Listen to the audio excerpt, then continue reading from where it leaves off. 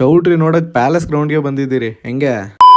ಎಲ್ಲೋ ಎಲ್ರಿಗೂ ನಮಸ್ಕಾರ. ಇದು ನನ್ನ ಸೆಕೆಂಡ್ ಡೇ ಮಿನಿ ವ್ಲಾಗ್. ಬೆಳಗ್ಗೆನೆ ಎದ್ದು ದೇವ್ರ ಕೈ ಮುಗ್ದು ನಾಷ್ಟ ಮಾಡ್ಕೊಂಡೆ. ತೋಟದಲ್ಲಿ ನೀರ್ ಖಾಲಿ ಆಗೈತೆ ಅಂತ ಫೋನ್ ಹಾಕಿದ್ರು. ಹಂಗೆ ನೀರಿನ ಕ್ಯಾನ್ ತಗೊಂಡೋಗಿ ತೋಟದ ಹತ್ರ ಇಕ್ಕಿ ನಮ್ಮ ಅಮ್ಮಗೆ ಬಾ ಹೇಳಿ ನನ್ನ ಫ್ರೆಂಡ್ ಫೋನ್ ಹಾಕಿದ್ದ ಇಂಟರ್ನ್ಶಿಪ್ ಸರ್ಟಿಫಿಕೇಟ್ ತರಬೇಕು ಅಂತ. ಅವ್ರ ಮನೆ ಹತ್ರ ಹೋದೆ. ಜಾಸ್ತಿ ದಿನ ಆದ್ಮೇಲೆ ಲೂಫಿನ ಮೀಟ್ ಮಾಡಿರೋದಕ್ಕೆ ಹೆಂಗಾಡ್ತಾವ್ ನೋಡ್ರಿ.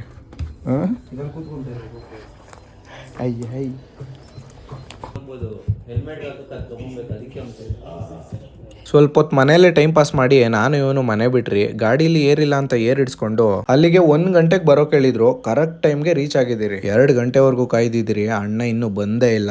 1 hour later.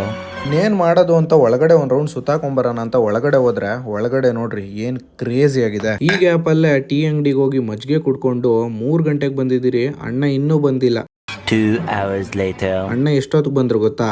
4 ಗಂಟೆಗೆ ಬಂದವ್ರೆ. 3 hours later.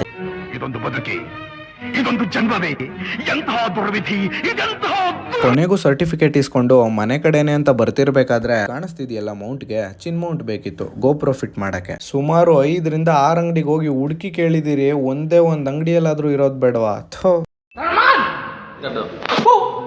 ಹೊಟ್ಟೆ ಹಸಿತಿತ್ತು ಅಂತ ಬಿರಿಯಾನಿ ಬರ್ಸ್ಕೊಂಡು ಆ ಟ್ರಾಫಿಕ್ ಅಲ್ಲಿ ಬರೋ ಅಷ್ಟ್ರಲ್ಲಿ ಸಾಕ್ಬೇಕಾಗೋಯ್ತು ಗುರು.